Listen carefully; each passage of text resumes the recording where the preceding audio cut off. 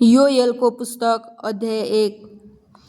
पथुएलका छोरा योएल कहाँ आएको परमप्रभुको वचन।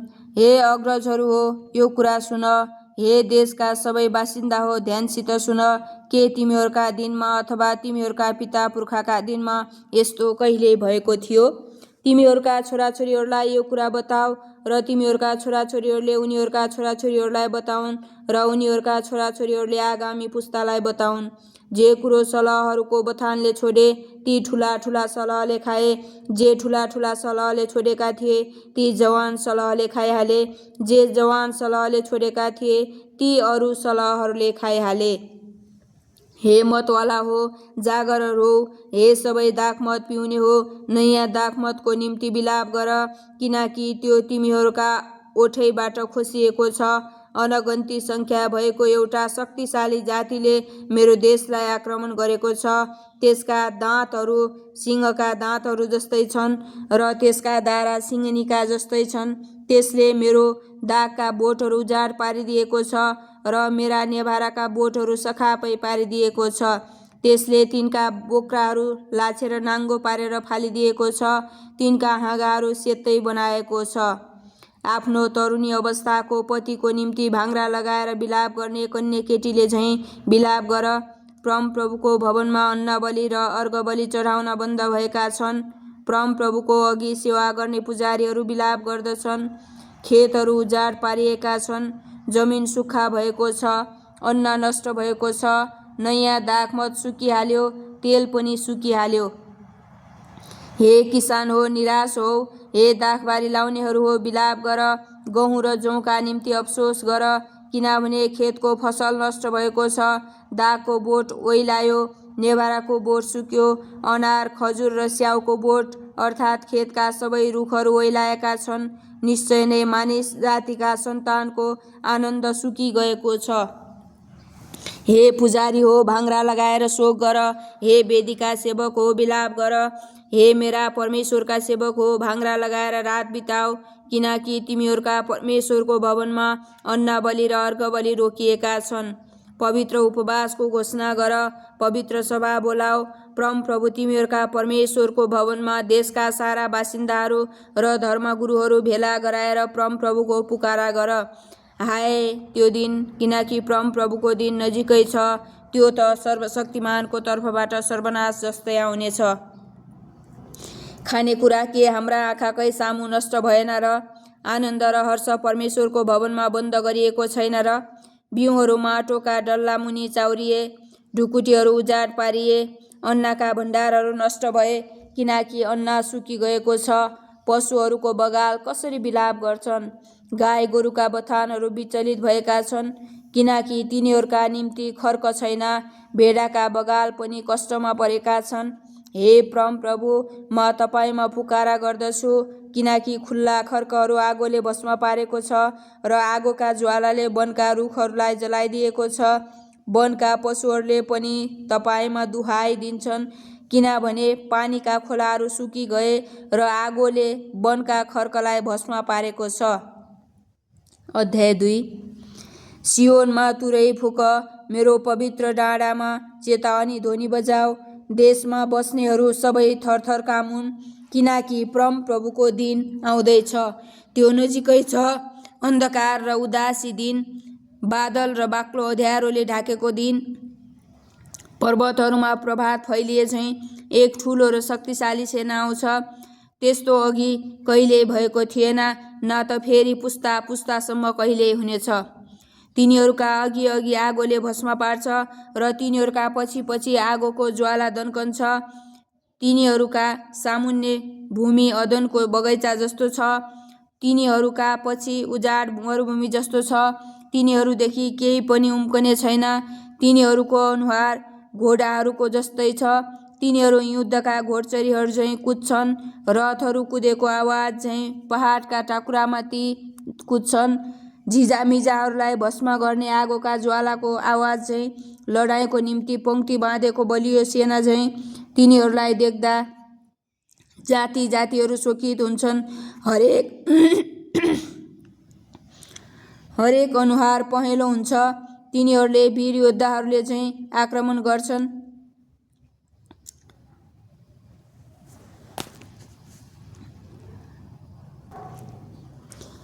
तिनीहरूका अघि अघि आगोले भस्म पार्छ र तिनीहरूका पछि पछि आगोको ज्वाला दन्कन्छ। तिनीहरूका सामुन्ने भूमि अदनको बगैँचा जस्तो छ, तिनीहरूका पछि उजाड मरुभूमि जस्तो छ। तिनीहरूदेखि केही पनि उम्कने छैन, तिनीहरूको अनुहार घोडाहरूको जस्तै छ। तिनीहरू युद्धका घोडचरीहरू झैँ कुद्छन्, रथहरू कुदेको आवाज झैँ पहाडका टाकुरामाथि कुद्छन्। झिजामिजाहरूलाई भस्म गर्ने आगोका ज्वालाको आवाज झैँ लडाईँको निम्ति पङ्क्ति बाँधेको बलियो सेना झैँ। तिनीहरूलाई देख्दा जाति जातिहरू शोकित हुन्छन्, हरेक अनुहार पहेँलो हुन्छ। तिनीहरूले वीर योद्धाहरूले झैँ आक्रमण गर्छन्, तिनीहरू सिपाहीहरूले झैँ पर्खाल चढ्छन्। तिनीहरू आफ्ना पङ्क्ति नबिगारिकन प्रत्येक एउटै पङ्क्तिमा हिँड्छन्। तिनीहरू एउटाले अर्कालाई धक्का दिँदै हिँड्दैनन्, प्रत्येक आफ्ना आफ्नै पङ्क्तिमा अघि सिधा बढ्छन्। तिनीहरू आफ्ना पङ्क्ति नबिगारिकन शत्रुका रक्षकहरू भित्र पस्छन्। तिनीहरू सहरलाई आक्रमण गर्छन् र पर्खाल माथि माथि कुद्छन्। तिनीहरू घरका झ्यालहरूमा चोरहरू झैँ प्रवेश गर्छन्। पृथ्वी तिनीहरूका सामुन्ने काम्छ, आकाश थरथराउँछ, सूर्य र चन्द्र अँध्यारा हुन्छन् र ताराहरूले आफ्नो चमक दिँदैनन्। परमप्रभु आफ्नो सेनाको अघि गर्जनुहुन्छ, उहाँको फौज अनगन्ती छ र उहाँको हुकुम पालन गर्नेहरू शक्तिशाली छन्। परमप्रभुको दिन महान र साह्रै डरलाग्दो छ, त्यो कसले सहन सक्छ? परमप्रभु घोषणा गर्नुहुन्छ, अहिले पनि तिमीहरू आफ्ना सम्पूर्ण हृदयले उपवास बसेर रुँदै र शोक गर्दै मातिर फर्क। आफ्नो लुगा होइन, तर आफ्नो हृदय फटाएर परमप्रभु तिमीहरूका परमेश्वरतिर फर्क, किनकि उहाँ अनुग्रहकारी, दयामा भरपुर, रिस गर्नमा ढिला र प्रेममा भरिपूर्ण हुनुहुन्छ र विपत्ति ल्याउनु हुँदा उहाँ दुखित हुनुहुन्छ। कसले जान्दछ? कतै दुखित भएर उहाँले आफ्नो मन बदली आशिष दिनुहुन्छ। परमप्रभु तिमीहरूका परमेश्वरको निम्ति तिमीहरूले चढाउने अन्नबलि र अर्घ बलिहरू सियोनमा तुरै फुक। पवित्र उपवासको घोषणा गर, पवित्र सभा बोलाऊ, मानिसहरूलाई भेला गर, सभालाई अर्पण गर, धर्मगुरुहरूलाई जम्मा गर, नानीहरू र दुधे बालकहरूलाई बटुल। दुलहा आफ्नो कोठाबाट र दुलही आफ्नो भित्री कोठाबाट निस्कुन्। परमप्रभुको अघि सेवा गर्ने पुजारीहरू मन्दिरको दलान र वेदीका बीचमा रहून्। तिनीहरूले भनुन्, हे परमप्रभु, आफ्ना प्रजालाई बाँकी राख्नुहोस्, आफ्नो उत्तराधिकारीलाई गिल्लाको पात्र हुन र जाति जातिहरूका बीचमा हेलाको शब्द हुन नदिनुहोस्। तिनीहरूका परमेश्वर कहाँ छन् त भनी अन्य जातिहरूले किन भन्न पाउन्? तब परमप्रभु आफ्नो देशको निम्ति डाही हुनुहुनेछ र उहाँले आफ्नो प्रजालाई टिठ्याउनुहुनेछ। परमप्रभुले आफ्नो प्रजालाई यसो भनेर जवाब दिनुहुनेछ, म तिमीहरूलाई नयाँ दाखमद, नयाँ अन्न, नयाँ तेल पठाइदिनेछु र तिमीहरू सम्पूर्ण तृप्त हुनेछौ। जाति जातिहरूका बीचमा फेरि कहिल्यै म तिमीहरूलाई गिलादको पात्र हुन दिने छैन। म उत्तरतिरबाट आएको सेनालाई तिमीहरूदेखि टाढा खेदिदिनेछु। म त्यसलाई बाँझो र उजाड देशमा धपाइदिनेछु। त्यसको अघिल्लो पङ्क्तिलाई पूर्वको समुद्रमा र पछिल्लो पङ्क्तिलाई चाहिँ पश्चिमको समुद्रमा हटाइदिनेछु, अनि त्यसको गन्ध, त्यसको सडेको दुर्गन्ध माथि उठ्नेछ। निश्चय नै उहाँले ठुला ठुला काम गर्नुभएको छ। ए देश नडरा, त खुसी भएर रमाट गर। निश्चय नै परमप्रभुले ठुला ठुला कामहरू गर्नुभएको छ। ए जङ्गली पशु हो, नडराऊ, किनकि खुल्ला खर्कहरू हरिया भइरहेका छन्, रुखमा फलहरू फलिरहेछन्। नेभाराका बोट र दागका बोटले प्रशस्त फलहरू दिन्छन्। ए सियोनका मानिस हो, खुसी हो, परमप्रभु तिमीहरूका परमेश्वरमा रमाट गर, किनकि उहाँले तिमीहरूलाई शरदको वर्षा धार्मिकतामा दिनुभएको छ। उहाँले हामीलाई प्रशस्त झरी ल्याइदिनुहुन्छ, शरद र वसन्त दुवै झरी पहिलेको झैँ पठाइदिनुहुन्छ। तब खलाहरू अन्नले भरिनेछन्, घैलाहरू नयाँ दाखमद र तेलले भरेर पोखिनेछन्। म तिमीहरूलाई ती वर्षहरूको भर्ना गरिदिनेछु जो ठुलो सलह, जवान सलह र अरू सलह, अर्थात् मैले तिमीहरूका बीचमा पठाएको मेरो ठुलो सेनाले खाएको थियो। तिमीहरू अघाउन्जेल प्रशस्त खाना पाउनेछौ र तिमीहरूका निम्ति उद्योगका काम गर्नुहुने परमप्रभु तिमीहरूका परमेश्वरका नाउँको प्रशंसा गर्नेछौ। मेरो प्रजा फेरि कहिल्यै लज्जित हुने छैन। जब म इजरायलको बीचमा छु र म परमप्रभु तिमीहरूका परमेश्वर हुँ र म बाहेक अरू कोही छैन भनी तिमीहरूले जान्नेछौ। मेरो प्रजा फेरि कहिल्यै लज्जित हुने छैन। त्यसपछि म मेरा आत्मा सबै मानिसमाथि खन्याउनेछु। तिमीहरूका छोराछोरीहरूले अगमबानी बोल्नेछन्, तिमीहरूका बुढा मानिसहरू स्वप्नदर्शी हुनेछन् र तिमीहरूका युवकहरूले दर्शन देख्नेछन्। ती दिनमा मेरा सेवकहरू पुरुष र स्त्रीहरू दुवैमाथि म आफ्नो आत्मा खन्याउनेछु। आकाश र पृथ्वीमा म अचम्मका कामहरू देखाउनेछु, अर्थात् रगत, आगो र धुवाँका मुस्लाहरू। परमप्रभुको त्यो महान र भयङ्कर दिन आउनुभन्दा अघि सूर्य अँध्यारोमा र चन्द्र रक्तमा परिवर्तन हुनेछन्। परमप्रभुको नाउँ लिने हरेकले उद्धार पाउनेछ, किनकि परमप्रभुले भन्नुभयो अनुसार सियोन पर्वत र यरुसलेममा परमप्रभुले बोलाउनु भयो अनुसार बाँचेकाहरूको छुटकारा हुनेछ। अध्याय 3। ती दिनहरूमा र त्यसै बेला जब म यहुदा र यरुसलेमको सौभाग्य फर्काउनेछु, तब म सबै जाति जातिहरूलाई भेला गर्नेछु र तिनीहरूलाई यहोसापातको बेसीमा ल्याउनेछु।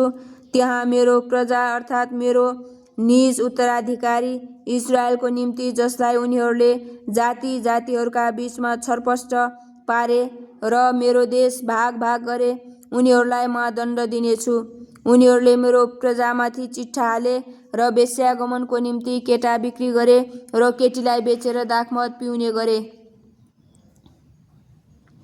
अब ए टुरोस र सिदोन र पलिस्तीका सबै क्षेत्रका मानिसहरू हो, मेरो विरुद्धमा तिमीहरूको के छ? के मैले गरेको कुनै कामको निम्ति तिमीहरू मलाई साटो लिँदैछौ? यदि तिमीहरूले साटो लिइरहेका छौ भने त्यो तिमीहरूकै थाप्लोमा म चाँडै खन्याइदिनेछु, किनकि मेरा सुन र चाँदी र सबै असल असल चिजहरू तिमीहरूले आफ्ना मन्दिरहरूमा लगेका छौ। तिमीहरूले यहुदा र यरुसलेमका मानिसहरूलाई तिनीहरूका घरबारदेखि टाढा पठाउनलाई ग्रीकहरूका हातमा बेच्यौ। हेर, तिमीहरूले तिनीहरूलाई बेचेका ठाउँहरूबाट म तिमीहरूलाई निकाल्नेछु र तिनीहरूले दिएको साटो म तिमीहरूकै थाप्लोमा खन्याइदिनेछु। म तिमीहरूका छोराछोरीलाई यहुदाका मानिसहरूका हातमा बेचिदिनेछु र तिनीहरूले यिनीहरूलाई टाढाको एक जाति अर्थात् सभाका मानिसहरूलाई बेचिदिनेछन्। परमप्रभुले भन्नुभएको छ, जाति जातिहरूका बीचमा यो घोषणा गर, लडाईँको निम्ति तयार हो, योद्धाहरूलाई सुनाऊ, लडाईँ गर्ने सबै मानिसहरू नजिक आएर आक्रमण गरून्। तिमीहरूका हलोका फालीहरू पिटेर तरबार र तिमीहरूका छिमन्या हँसियाहरू पिटेर भाला बनाऊ। कमजोरीहरूले भनुन्, म बलियो छु। हे चारैतिरका जाति जाति हो, चाँडो आओ र तिमीहरू त्यहाँ एकसाथ भेला हौ। हे परमप्रभु, तपाईँका शूरवीरहरूलाई तल ल्याउनुहोस्। जातिहरू सुरी हुन् र यहोसापातको बेसीमा अघि बढुन्, किनकि त्यही नै म चारैतिरका जाति जातिहरूको न्याय गर्नलाई बस्नेछु। हँसिया चलाऊ, किनकि कटनीको समय भइसकेको छ। आओ, दाखहरू कुल्छ, किनकि दाखको कोल भरिएको छ र पिपाहरू भरिएर पोखिँदैछन्। उनीहरूको दुष्टता ज्यादै भइसक्यो। फैसला गरिने बेसीमा धुइरोको धुइरो छ, किनकि फैसला गरिने बेसीमा परमप्रभुको दिन नजिक आएको छ। सूर्य र चन्द्र अँध्यारा हुनेछन् र ताराहरूले आफ्नो चमक दिने छैनन्। परमप्रभु सियोनबाट गर्जन हुनेछ र यरुसलेमबाट उहाँले आफ्नो उच्च स्वर सुनाउनुहुनेछ। आकाश र पृथ्वी थरथर काम्नेछन्, तर परमप्रभु आफ्नो प्रजाको निम्ति शरणस्थान, इजरायलका मानिसहरूका निम्ति गढ हुनुहुनेछ। तब पवित्र पर्वत सियोनमा बास गर्ने परमप्रभु तिमीहरूका परमेश्वरमा नै हुँ भनी तिमीहरूले जान्नेछौ। यरुसलेम पवित्र हुनेछ र कुनै विदेशीहरूले त्यसलाई फेरि कहिल्यै आक्रमण गर्ने छैनन्। त्यस दिन पहाडहरूबाट नयाँ दाखमत चुहुनेछ र डाँडाहरूमा दुध बग्न लाग्नेछ। यहुदाका सबै खोल्साहरूमा पानी बग्न थाल्नेछ र परमेश्वरको भवनबाट एउटा मूल फुटेर सित्तिमको उपत्यकालाई भिजाउनेछ। तर यहुदाका मानिसहरूमाथि अत्याचार गरेका हुनाले, जहाँ उनीहरूले निर्दोष रगत बगाएका थिए, मिश्र देश उजाड हुनेछ र एदोम चाहिँ रुखो मरुभूमि हुनेछ। यहुदा सदा सर्वदाको निम्ति र यरुसलेम पुस्तौँ पुस्तौँसम्म मानिसहरूका वासस्थान हुनेछन्। तिनीहरूको रगतको दोष जो मैले क्षमा गरेको छैन, सो म क्षमा गर्नेछु। परमप्रभु सियोनमा बास गर्नुहुन्छ। आमेन।